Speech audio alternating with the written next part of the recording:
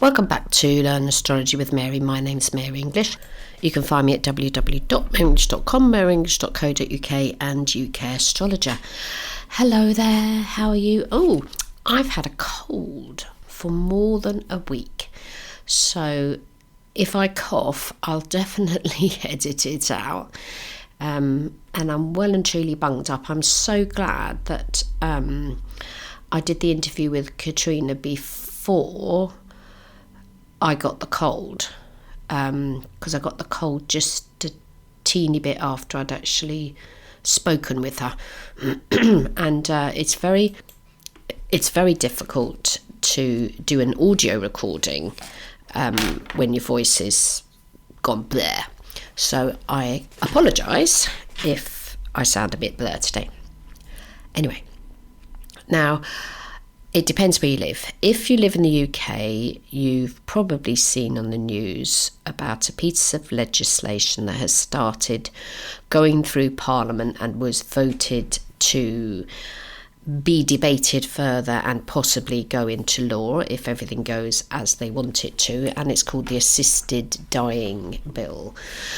So it's all about helping people kill themselves if they are terminally ill and have an expected life expectancy of 6 months or less. And on the face of it, it can seem to some people to be a wonderful idea. So this has been debated in Parliament before, and I think it got thrown out or something. I'm not going to go through the whole history of it, but what I want to talk about today is a little bit about what it would actually involve. So if you're not really into the whole subject of death and dying, I do suggest that you stop listening now, because I am going to be going through some of the details of what might be involved if you were yourself to be in this position and the law has changed, which it hasn't. I'm obviously mostly going to be discussing the astrology of it, because this is, after all, an astrology podcast. But as an alternative therapist, and have been for 30-something years, and also having witnessed the total death of my sister, so I was there right up until her very last breath, and with my mother I was with her until bedtime, and then I went home to bed. She was in a care home and she died early in the morning. I didn't stay with her for the last few hours because I was sort of the opinion, knowing what she was like and her moon being the 12th, that she probably preferred to not be with any of us. She hadn't requested that any of us stay with her when she died, so I didn't feel bad about going home to bed, and I had been with her for the days leading up to her final passing. So I just want to make clear that I have had personal experience of death and dying, and I feel very privileged that I was with my sister when she passed. I have discussed on the podcast, I'm sure I've done a podcast on it, but anyway, if I haven't, I did do a chart for when she actually passed. That's right, because I did a podcast on what planets are sort of in the picture when people pass, because they pass, inverted commas, under the influence, whatever you want to call it, as above so below, various different planets when people pass. And in my sister's case, it definitely was Jupiter was the one that took her away, which is what she would have liked had she expressed an interest in astrology, which she didn't. So death is a very emotive subject and is something that is hardly discussed by people until they're actually in the position themselves of having to deal with it or someone with it. People's own death, because quite a lot of times now, because of the way medicine is, you can be told that you haven't got long to live. So my brother, who just passed recently, he was told, I think my brother asked the doctor, he said, have I got a couple of months? And the doctor said he thought so. Anyway, the point is, it is an emotive subject, but it does need to be discussed. And I have talked before about soul midwives, and I haven't actually got Felicity Warner's opinion on this. I haven't checked her site or anything out, but I'll have to have a look at some point. But she accompanies people, she and her soul midwives. So Felicity Warner, who wrote the fabulous book, mine's gone blank, the fabulous book Safe Journey Home, in that she gives you help in the book. So if you've got a family member who's dying and you don't want to lose the plot while that's happening, and you want to make it as, inverted commas, easy as possible, then Safe Journey Home is the only book that I would ever recommend. I wouldn't recommend any others, and I've read quite a few. That's the one I would recommend. It's nice and easy to understand. There's a lot of things in there you can put into practice.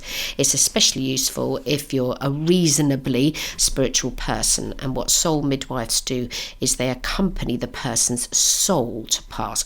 They're not doctors, they're not nurses, they're not those things called, I think they're called death doulas. I thought it was a horrible term, but anyway, a soul midwife will accompany you on your death and make sure that your spiritual, wherever they might be, or your practical needs are met. So that's a different thing altogether. So what we're talking about today is the assisted dying bill. Is that what it's called? Hold on, let me get the proper term for it. 1 minute. Okay, so I've put a link to the actual document itself. It's called the Terminally Ill Adults (End of Life Bill 2024 to 25. So it's going to take a considerable amount of time to go through Parliament and to be voted and have bits amended and to decide what they are and aren't going to do. And yesterday was an interesting watch. I didn't watch all of it, I watched some of it, and it is true that the MPs that were debating it were all very respectful of each other. The actual bill itself has been written by 3 people: Sally Lipscomb, Elizabeth Ruff, Joanna Dawson and Lisa Rowland, who I don't know if they're MPs. I haven't. And in it sets out the proposals. Now, the MP, so that's Member of Parliament, that brought the bill, inverted commas, to life, is a lady called, I've hidden her chart now. Okay, so the name of the MP that proposed it, it's called a private member's bill. So this is, any MP can propose a bill to go through Parliament. So her name is Kim Leadbeater, and she actually is the sister of a lady called Jo Cox, who was an MP that was tragically murdered a while ago. So this is a person who's already had experience of death of some description. So we have and I thought we'd look at that first. We've got the chart of the lady that was the instigator, is that the right word? The person that proposed this as a thing to happen. Because as far as I'm aware, a private member's bill in Parliament it's one person that does it. Correct me if I'm wrong. So she was born on the Saturday, the 1st of May 1976. She's a sun sign Taurus. I've used 6 a.m. and the moon has 28 minutes just gone into the sign of Gemini. Now, obviously, if she was born early in the 6 a.m, her moon could still be in Taurus. I've used whole sign. The chart is up on the show notes. So she was born Sun conjunct Jupiter in Taurus. She's already had the Uranus transit. That's ain't doing nothing in her chart now. That transit past her sun sign has gone because her sun is 10 degrees Taurus and her Jupiter, which is also in Taurus, is 8 degrees. She's got Chiron in the sign of Aries conjunct Venus, and they're smack conjunct. And remember, of course, that Venus is the ruling planet to Taurus.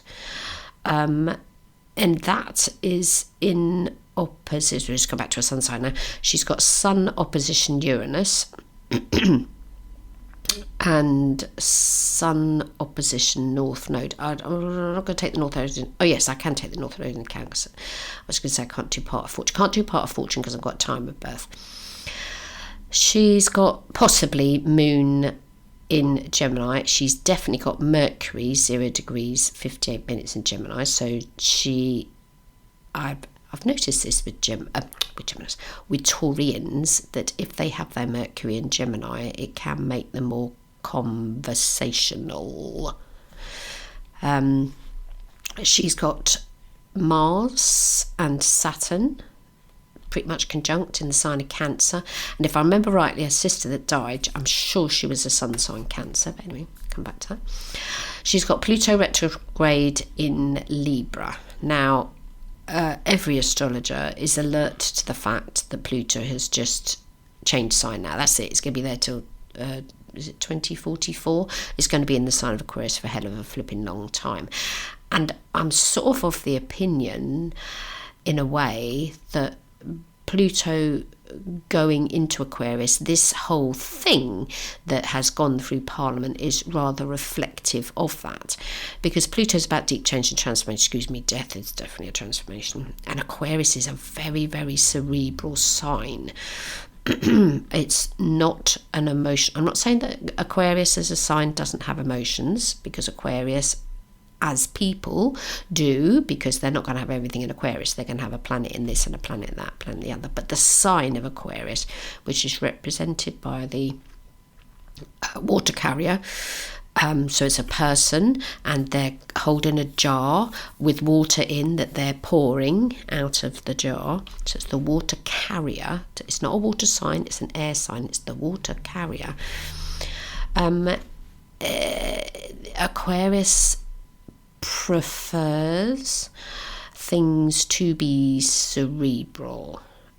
Aquarius isn't a sign that, the opposite sign, I would say, to Aquarius isn't Leo at all, it's Cancer. So Cancer will cry at the drop of a hat. Aquarius will go, oh, this is an interesting situation I'm in, because the thing that sparks Aquarius is interest and curiosity and ideas. That's what Aquarius is all about. So as Pluto transits through Aquarius, there will be questions to do with anything and everything on a cerebral level. Okay, so this bill has passed with Pluto only just going into that sign, but we'll look at the chart of that in a minute. So Kim has Pluto in Libra, retrograde. She has Uranus in Scorpio, and I've got the North Node. I think that's conjunct. North Node is not conjunct, because the North Node is 12 degrees and Uranus is 4 degrees retrograde. And she's got Neptune in the sign of Sagittarius. Okay. Now, these will become more evident when we look at the chart of the debate and what time they went off and did their votes. But if we just look at transits for her, and we're using whole signs, so we have no idea what houses are. So I've just done the transits for the date, the 29th. How's that going to impact her? We've got Jupiter retrograding, but it's not near anything in Gemini, even though she's got 2 planets to Gemini. Nowhere near it. We've got Mars in Leo, so that's going to form a square to her sun sign. But what we have got is we've got transiting Moon is 17 degrees, and her North Node is 12 degrees Scorpio. So the Moon, very emotional planet, the old Moon, is slap bang on her North Node. The Sun's illuminating her Neptune, and Mercury's retrograding on her Neptune, and she's coming up for Chiron return. Not quite there yet, because you've got to be sort of 50 something, which I don't think she is yet. I don't know, Mary, you have to do the maths now. How old is she? She's not quite a Chiron return yet. 48. It doesn't happen until I think it's 51 or 52. However, transiting Chiron is conjunct to her natal Venus. Nothing else is conjunct. So other things they'll be squaring and trining and blah, blah, blah, blah, blah, blah, blah, blah. I'm not going to cover those. She does have a yod. Look at that. That's a whopper of a yod going on there. I don't think that'd alter. No, it wouldn't alter with a different time. She's going to have that yod regardless of what the time of birth is. That's a yoddy waddy doddy. And interestingly, it points to her sun sign. Oops. Yeah, and the biggest aspect is that opposition to Uranus. Sun opposition Uranus. I want to be free. I think that was a song. So that's Kim Leadbeater. So she's the MP that brought this bill about. Now, there's no such thing as stuff happening randomly. So I'm going to tell you a little bit briefly about some background to this particular bill. Now, there are a number of organisations. One's quite big and the other isn't as big. And there's an organisation that got started, I can't remember the date it started now, a while ago. And they were called the Voluntary Euthanasia Society. So, of course, there I was on Charity Commission website and also Companies House, checking it all out. So they were called the Voluntary Euthanasia Society. They're now called Dignity in... Hold on. I think they're called Dignity in Death or Dignity in Dying. Yeah, they renamed themselves to Dignity in Dying. So, of course, I had to go on... I think I found this all on Companies House. That's right. They're not a charity, beg your pardon. They're just what's called a lobbying group. So they're an organisation started by two people, one of which is still alive and still has his foot in the door, and his name is Dr. Michael Henry Knox Irwin. There we go.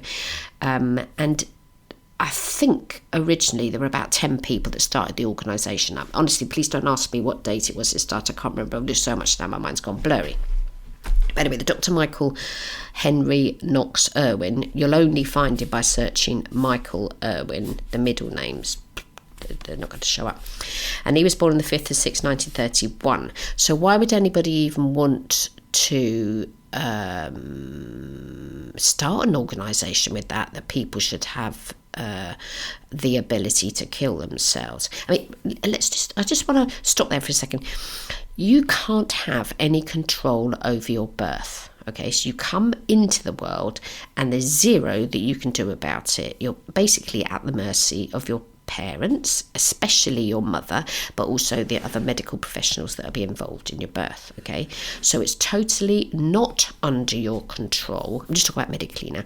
Totally not under your control how your birth happens. Okay, it's a wee little thing, boom, if you come into the world. And I have to pose the question, is that not the same when you die? Okay, that you in a sense cannot have control over your own death. You have to be a bit sort of Buddhist about it and give it up to the universe or whatever, that they're going to hopefully do the things that you want and you'll be cared for, which obviously 99 but do people die how they want to? I don't know. You'd have to speak to Felicity Warner. The people that she supports obviously do, because they've been supported, and the majority of people are supported in their death in some way. However, due to people, A, not understanding death, B, not wanting to have anything to do with it, C, no funding, there are a lot of, inverted commas, bad, sad, tragic deaths. One of the biggest things that came up with the debating of all this is that palliative care needs to get a kick up the bum because there's not enough of it. Me, myself, I thought this bill going through was the scariest thing ever. I'm sitting on the sidelines of the people that are vulnerable, like my sister, for instance, with Down syndrome. My thoughts are it definitely puts them at risk. I have already heard lots of stories and read lots of reports about people with learning difficulties getting left in hospitals, and unless they have an advocate with them, the nursing staff, busy as they are generally speaking going to neglect the person that has the learning disability, not difficulty, disability. because they don't know how to communicate with them, etc. And the person themselves isn't very good at communicating, possibly. And you certainly can't communicate very well when you're very, very sick and you're learning disabled. But anyway, don't get me started on that. So this organisation that's now called Dignity in Dying, so dying as a process, is started by this Michael Henry, whatever his face is, and he is, because he's still alive, is he's a Gemini, okay. He's got Mercury and Venus in Taurus and Moon in Aquarius. I'm not going to share his charts. You'll have to do them yourself, otherwise this podcast has gone for millions of years. And I did the charts for a number of the people that started the organisation, because I thought, what was it behind the whole thing? Why did they even do this? And alarm bells went off for me when I saw that this Dr. Irwin is a Gemini, because I know loads of Geminis. I've got Moon Gemini myself. A Gemini will say one thing and do something else. It's an air sign, for goodness sakes. And he's got Moon in Aquarius. Okay, so which planet has just gone into Aquarius? Hello, Pluto. And a Moon in Aquarius person can have had possibly a more cerebral relationship with their mother, and are going to be more, inverted commas, cerebral about their emotions. Okay, so it does depend on the sun sign as well. So we've got a combo of air here, Gemini, and we've got Moon in Aquarius. So this is somebody that would love to debate and have an idea about something, but then very rarely going to get their hands muddy, or their feet wet, or whatever the expression is. They're gonna love the talking about it. The doing of it is a totally different thing. This is not a person who is an earth sign, even though they've got Mercury and Venus and Taurus. This is a person who is an air sign. He is also, so this Dr. Irwin Chappie is also a member of humanists. He's a humanist, and so he's obviously a person that likes to sort of say kick against tradition's probably the wrong thing, but there's no spirituality there. If you're a humanist, I'm sorry, God doesn't exist of any description. You're not going to be spiritual. Can you be spiritual and humanist? Don't know. You tell me. You're a humanist and you're spiritual. Let's chat. And he's very, very into that people should be allowed to kill themselves. Okay. Now, he himself is not terminally ill, as far as I'm aware at the moment. And he was a doctor for an amount of time, but isn't one at the minute. When he was born in 1931, so he's going to be retired, whatever he is. And then it's like, what jobs did these people have? So he's a retired physician when the organisation was started. There's a lady called Jean Davis, who is a retired teacher. She's a sun in Taurus, Moon in Gemini. There's a Malcolm Hurwit, who's a sun sign Leo, conjunct Pluto. My alarm bells are going off. He's a retired solicitor. There's a Miss Gilly Vincent, sun Scorpio, Moon Sagittarius, which is ironic because this bit of legislation that was passed through the system, with it being the other way around, that the sun is in Saggy and the moon is in Scorpio. But anyway, and she's got Mercury in Sagittarius. And all of these people whose charts I did, they've all got their Mercuries in different signs to their sun signs. Now, if I had an astrological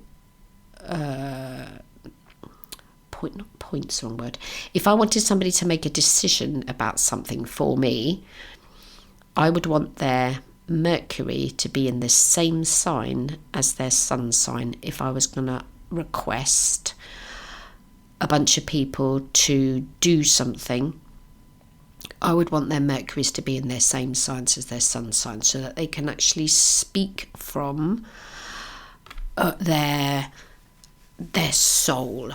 Now, I'm not saying you can't do that if your Mercury is out of sign to your sun sign. However, if we're talking astrology, a person whose Mercury is in the same sign as their sun sign will talk as if they are their own sign. They're not going to be saying one thing and thinking something else, or saying one thing and doing something else. There's going to be a fit between those two things.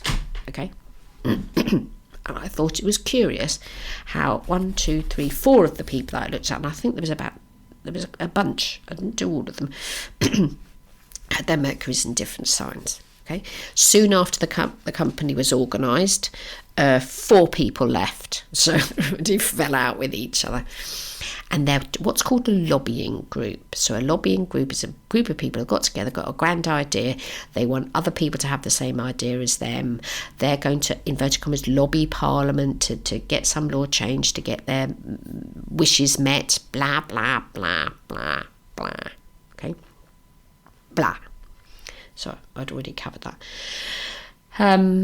So the dignity in dying people are now celebrating that this law is going to be discussed. And their president CEO, I think I found his chart knocking about somewhere. Can I remember what sign the zodiac is? No, I can't remember.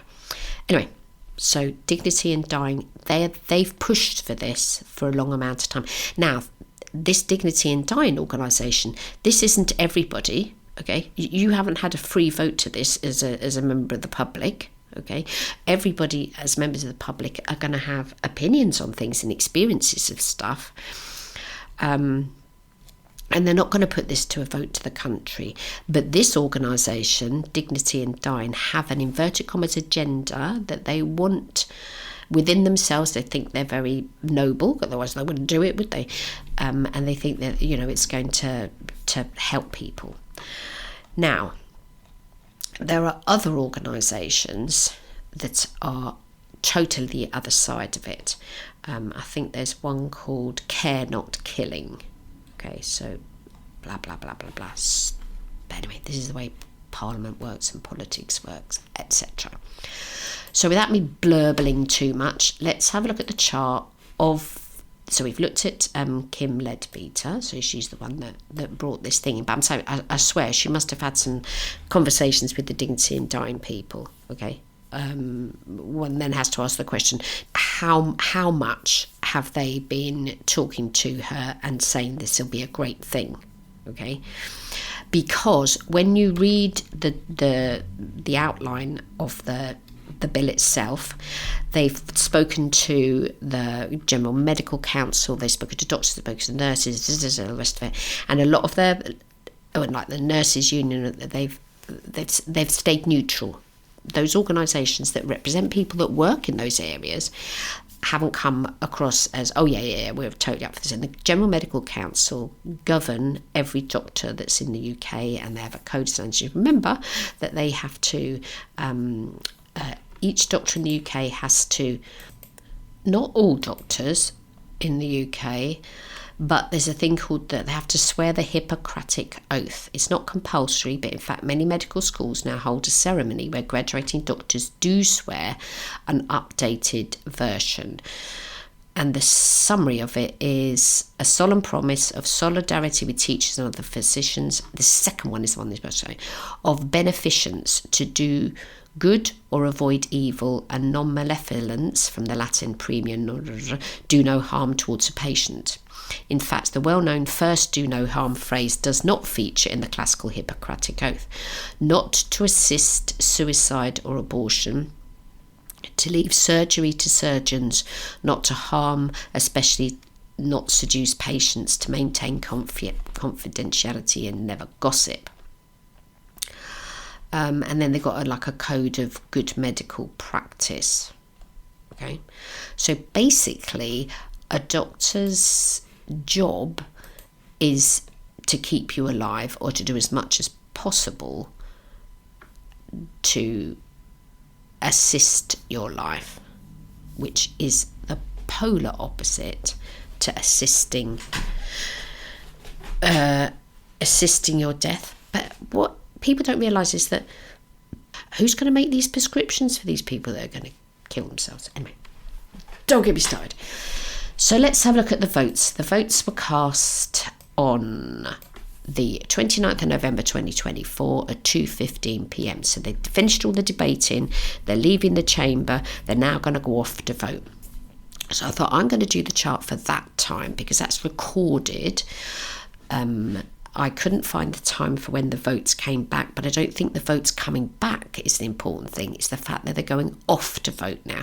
So they've all heard each one of them talking about what they're going to do, what they're not going to do. Now they're walking out the chamber, and they're going to cast their ballot, they're going to write their things. So this is when they're walking out the chamber, having heard all the evidence from all the other MPs and the people. It's only MPs talking, by the way.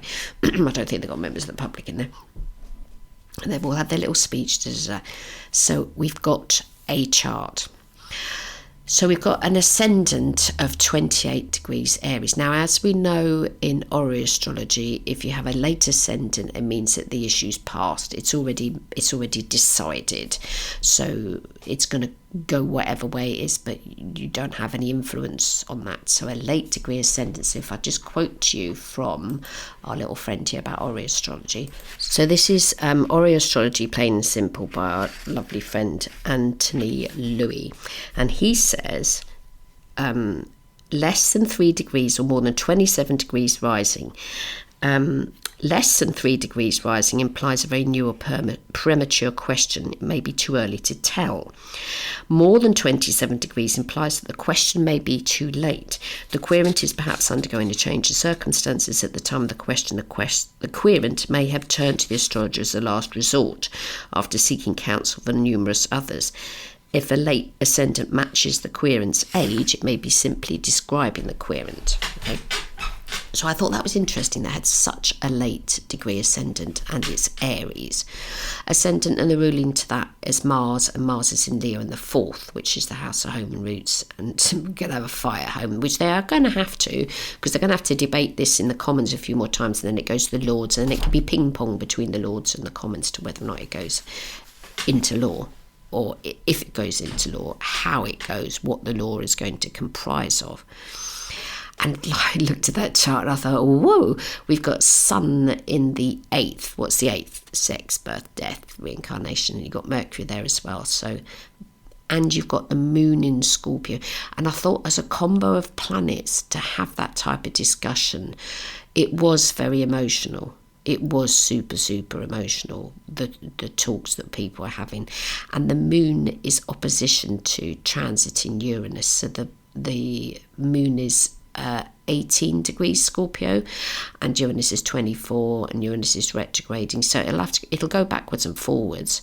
I'm sure it'll go into law. There's no reason why it wouldn't, unless they kick it out when it gets to the Lords. But you sort of think, do you know these lobby groups? But anyway, we'll see. So in this chart where the votes are cast, we've got Uranus in the 1st, retrograde, opposition to Moon. So lots of emotions. So the 7th house is other people. But the Sun was in the 8th. And then we got Jupiter retrograde in Gemini in the 2nd. So they're going to have to take into account how much is this going to cost. I mean, don't ask me how much it costs to put something through Parliament. And then what's the practicalities of this? How are they going to even... Who's going to be the doctor that gives you the prescription? You have to kill yourself, by the way. I don't do it for you. It's assisted dying. And I've already read the document. Don't worry, I've got a headache now. The doctor will give you the gear and you'll have to do it yourself. So good luck with that if you're already incapacitated in some way. I mean, this seems a bit weird that you've got to be fit and well and healthy enough to and compos mentis enough to make the decision, and then there's a waiting period. You've got to say twice that you want this to happen, and there has to be some weeks in between you first requesting it, and then it's got to go to the 2 doctors who've got to authorise it, and then it's got to go to a judge. I mean, I'm only laughing not because it's funny. I'm sort of like the irony of it. There's a lot of people involved, and who's going to, while they're dying, have the energy to do that? Let me tell you about my brother. When he was dying, leading up to his death, he kept saying he felt as weak as a kitten. I thought, oh my Lord, my father had that expression when he was dying. They died of the same thing, by the way, bowel cancer. But both of them felt weak. They had no energy to say to your doctor, I want to die and I want to die next week, there's so much preparation that you'd have to put into place. And you're telling me that this dying person then has to do all of that. So, inverted commas, how dying are they? And anyway, Jupiter opposition to the Sun. Yeah, that's about right. So the Sun in Sagittarius, I want my freedom, and its ruling planet in the opposite sign of Gemini and retrograde. So freedom, freedom, freedom, Sagittarius, and then its ruling planet in Gemini. Let's talk about it. Let's talk about it some more. Let's talk about it. Let's talk about it. Oh, let's talk about it a lot. But who's going to do it? Where's the Earth in this? We've only got 2 Earth planets. Is that right? Venus and Uranus. Yeah, we've only got 2 Earth planets in this. Everything else is fire. Fire, air, 3 planets and water. Thank goodness. Chiron in the 12th. Well, that was rather fitting.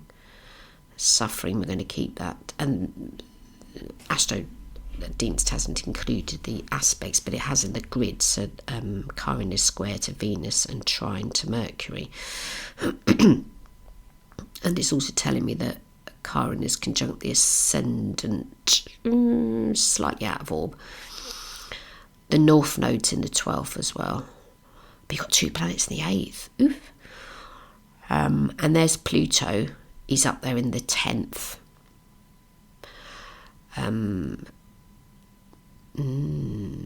Now, I wouldn't look at that chart and be able to know whether or not that, which way they were going to vote. No idea. I'm no good at predictions. I've said that before.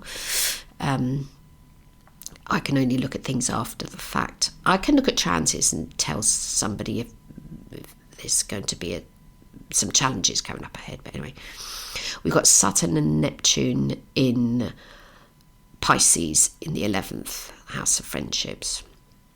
But the ruler is in the 4th house and home.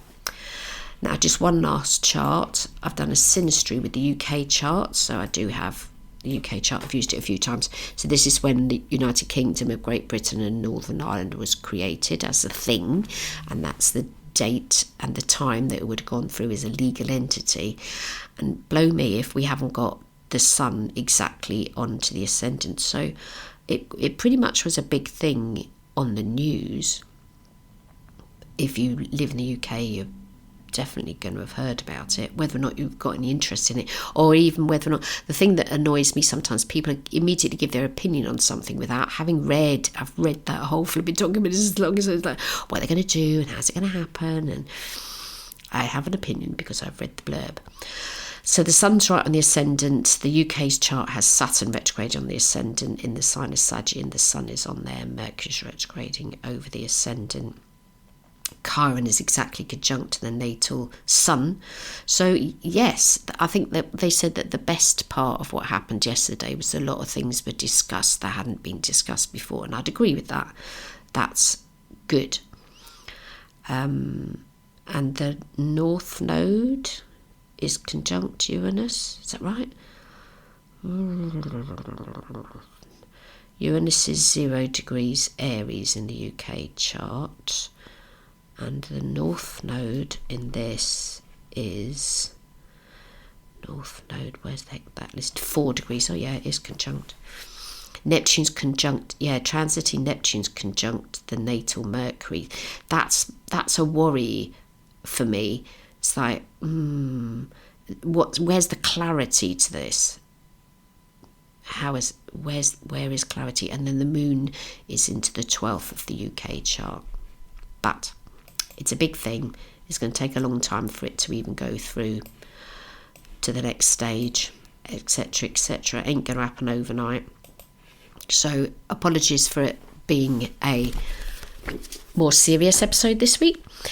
So I hope you have a fab week, and I'll be back next week. And I just want to say I have got a webinar coming up in January, and we're going to be doing solar arcs, because I do still think they're jolly interesting. So if you want to be included, if you're already on my newsletter list, don't worry, it'll come out in the next newsletter, the link to be able to book it. But if you're not, then please send me an email. And I have to apologise that the last webinar I did was it's my own fault. I used the same link as I'd used to a previous webinar. I'll create a whole new link this time so it doesn't go ka-chonk. But a lot of people are finding it difficult to, inverted commas, get into the room. But I have got the date for it, so hold on, I'll give you the date. So we're going to be doing solar arcs on January the 16th at 7 p.m. UK time. So if you're in the US, it takes some hours off. It'll either be your early morning or your early afternoon, depending on what part of the US you're in. So that's webinar coming up January the 16th, 7 p.m. So ping me over an email, mary@maryenglish.co.uk, and I will send you the link and put you on the list. And we'll be doing solar arcs, just solar arcs. We're not doing other form of prediction methods. We're just going to do solar arcs so I can explain a bit more. If you'd like to learn astrology with me, the information is on my website, www.maryenglish.com, maryenglish.co.uk. You can book directly there. If you've never learned with me, you want to book your lesson 1, which is Introduction to Astrology. If you have already done intro, then you need to be doing next steps. If you've done intro and next steps and you want to have a chat with me and go through some charts, then book a supervision/mentoring coaching session for astrologers. So that's on my website as well. If you don't want to go to the website, you want to go straight to my booking app, it's maryenglish.as.me, and everything that I offer is on there. And also, because now we're coming up to Christmas, I have gift vouchers on there as well. So you can buy a gift voucher for somebody to have a 90-minute astrology gold level in-depth consultation, or you can get a gift voucher for a 60-minute psychic Skype reading. And also, if you want a reading but your clock where you live, your time zone doesn't fit in with mine, then do book a pre-record. So I do offer those as well. So that's not an actual face-to-face, but it's the same as, and you can send me questions in an email first, and I'll reply to them in the audio, which I send you the link for via a website called WeTransfer. So there we go, that's the plug. So I hope you have a fab week, and I'll be back next week. Bye bye now.